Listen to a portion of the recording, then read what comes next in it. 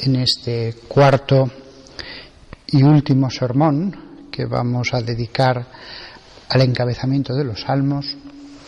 Quedaban pocas cosas por decir. Una de ellas es que un tal Asaf, no se dice más en los Salmos, fue el que compuso 10 de ellos. Solamente se dice eso. Lo interesante es que este nombre, este personaje, sí que aparece en otros libros de la Biblia. Perdón, en otro libro, el libro de Crónicas, el primero.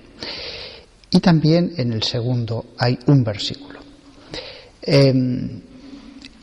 Este Asaf era un cantor en el templo, un poeta, dice el texto bíblico, y también, y esto es muy importante, un profeta. Es decir, cada vez que leemos, rezamos uno de esos 10 salmos, estamos leyendo las palabras de un profeta llamado Asaf, un profeta que era cantor del templo, un profeta dedicado al culto a Dios, a la alabanza. Y Dios le concedió que él pudiera componer esos textos.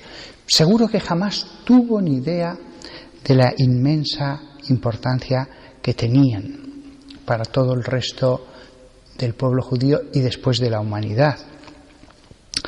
Después hay otro personaje que compuso un salmo, que fue Emán, el ezraíta. Emán era el nieto de Samuel y era también uno de los músicos que fueron designados para el ministerio junto al arca, y también era profeta.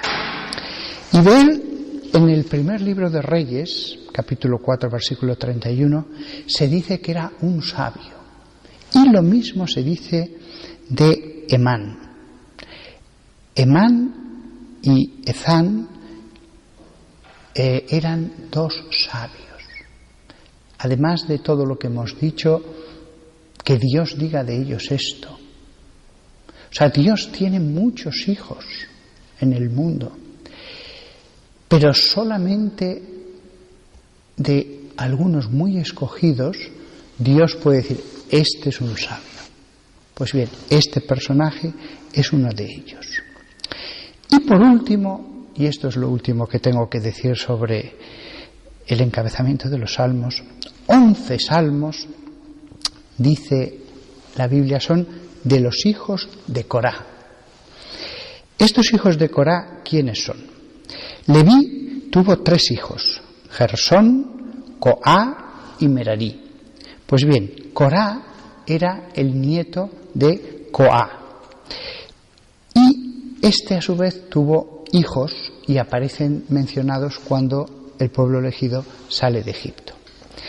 Y hay una historia, toda una historia muy interesante, que fue la rebelión de Corá. Corá es el nieto de Coá que he dicho.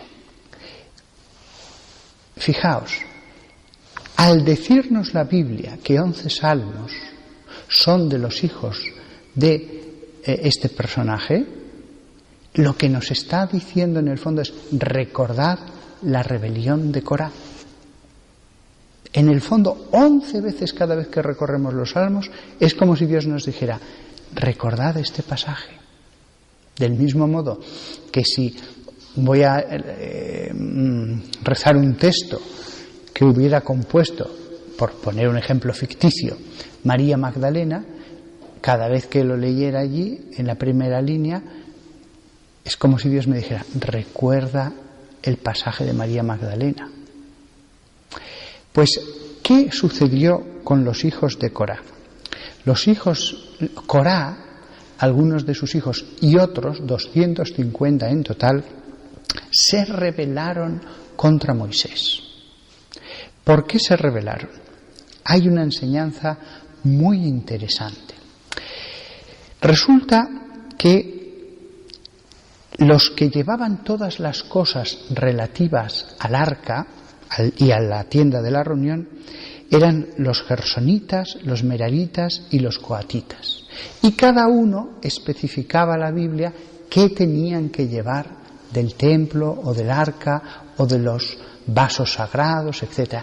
Estaba especificado quién se iba a encargar de cada cosa. Los coatitas verdaderamente podían sentirse afortunados, porque ellos tenían la responsabilidad de llevar el arca, la mesa de los panes, la lámpara de los 7 brazos y otros artículos, tales como la cortina, etc. Otros, como los meraritas y los gersonitas, llevaban las cosas del arca en carros. Pero estas cosas eran tan santas que los coatitas tenían que llevarlas sobre sus hombros, especialmente el arca. Y además muchas de estas cosas envueltas para que quedaran ocultas ante los ojos de Israel. Pues precisamente Coá, parte de su familia, y otros, 250 en total, se rebelaron contra Moisés, el hombre que había hecho esos signos tan impresionantes, el hombre al que le hablaba Dios, había dado tantas pruebas Dios de que quería que Moisés fuera el pastor que guiara a través del desierto a Israel, y ellos se rebelaban. ¿Y con qué se rebelaban?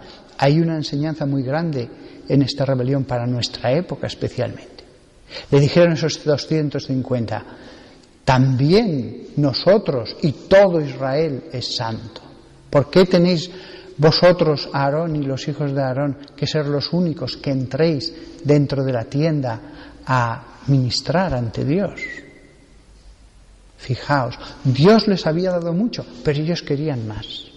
Fijaos en esta época, en este año 2017, en que el sacerdocio es visto más cada vez como una especie de derecho de todo el mundo, y se preguntan las mujeres por qué no pueden serlo, y se ha desdibujado la sacralidad del sacerdocio de modo que parece un oficio que ¿por qué no lo puede ejercitar cualquiera? Pues en este caso Dios se enfadó porque Él quería que se hicieran las cosas como Él había dicho, y castigó la rebelión de Corá. Así que cada vez que leemos esos 11 salmos de los hijos de Corá, en algunas Biblias dice Coré, recordemos este pasaje. Bien es cierto que más adelante la Biblia especifica que Corá tuvo otros hijos que quizás porque eran pequeños todavía o inocentes no fueron castigados por Dios, y sus descendientes acabarán sirviendo también en el templo. Y entonces Emán, Asaf y Ezán son mencionados expresamente en el futuro como participantes de ese culto. Y Dios les encargará a ellos, hará que a través de ellos surjan los salmos a través de los cuales se va a alabar a Dios siglo tras siglo. ¿Qué enseñanza hay en todo esto? La enseñanza es recordad la rebelión de Corá. No hagáis nada parecido, que Dios os da mucho, ¿por qué aspirar a más? Pero también la otra enseñanza es que los hijos, por más pecadores que sean los padres, pueden ser santos. Los hijos que sobrevivieron de Corá acabaron sirviendo en el templo y acabaron siendo profetas, y Dios los usó para que ellos compusieran varios salmos.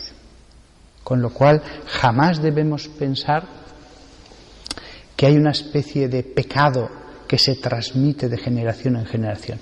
El pecado es algo completamente personal.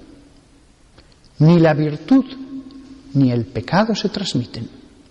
Como dice Santo Tomás de Aquino, el alma está tan cuan tabula rasa al principio. Está como una tabla rasa y es la gracia de Dios el que va edificando. Pero no hay mérito ni pecado. No digo yo que no pueda haber capacidades, inclinaciones, aspectos de la naturaleza que puedan heredarse. Eso Dios lo sabrá, porque a veces hay hijos de padres muy buenos que parecen haber heredado ese carácter. Pero lo que sí que es seguro es que el pecado, como la virtud, no se heredan. Ni el mérito ni el castigo jamás dependen de la genealogía. Y el ejemplo lo vemos en estos hijos de Corá. Un mundo verdaderamente fascinante, la Biblia conectada toda ella por ramificaciones aparentemente invisibles, pero cada texto dice una cosa, pero en combinación con otros textos dice más, adquiere resonancias. La cuerda de un salterio o una guitarra, el salterio era un instrumento de 10 cuerdas con caja de resonancia, cada cuerda hace un sonido, pero si le pones una caja de resonancia adquiere unos sonidos mucho más bellos, mucho más interesantes. Lo mismo sucede con cada versículo. La caja de resonancia da unos ecos. Cada versículo suelto dice una cosa, en combinación con los demás tiene otros ecos que resuenan por toda la palabra de Dios. Que todos nosotros amemos a Dios y por tanto amemos su palabra hasta en sus más pequeños y diminutos detalles, porque Dios, como todo gran artista, está en los detalles.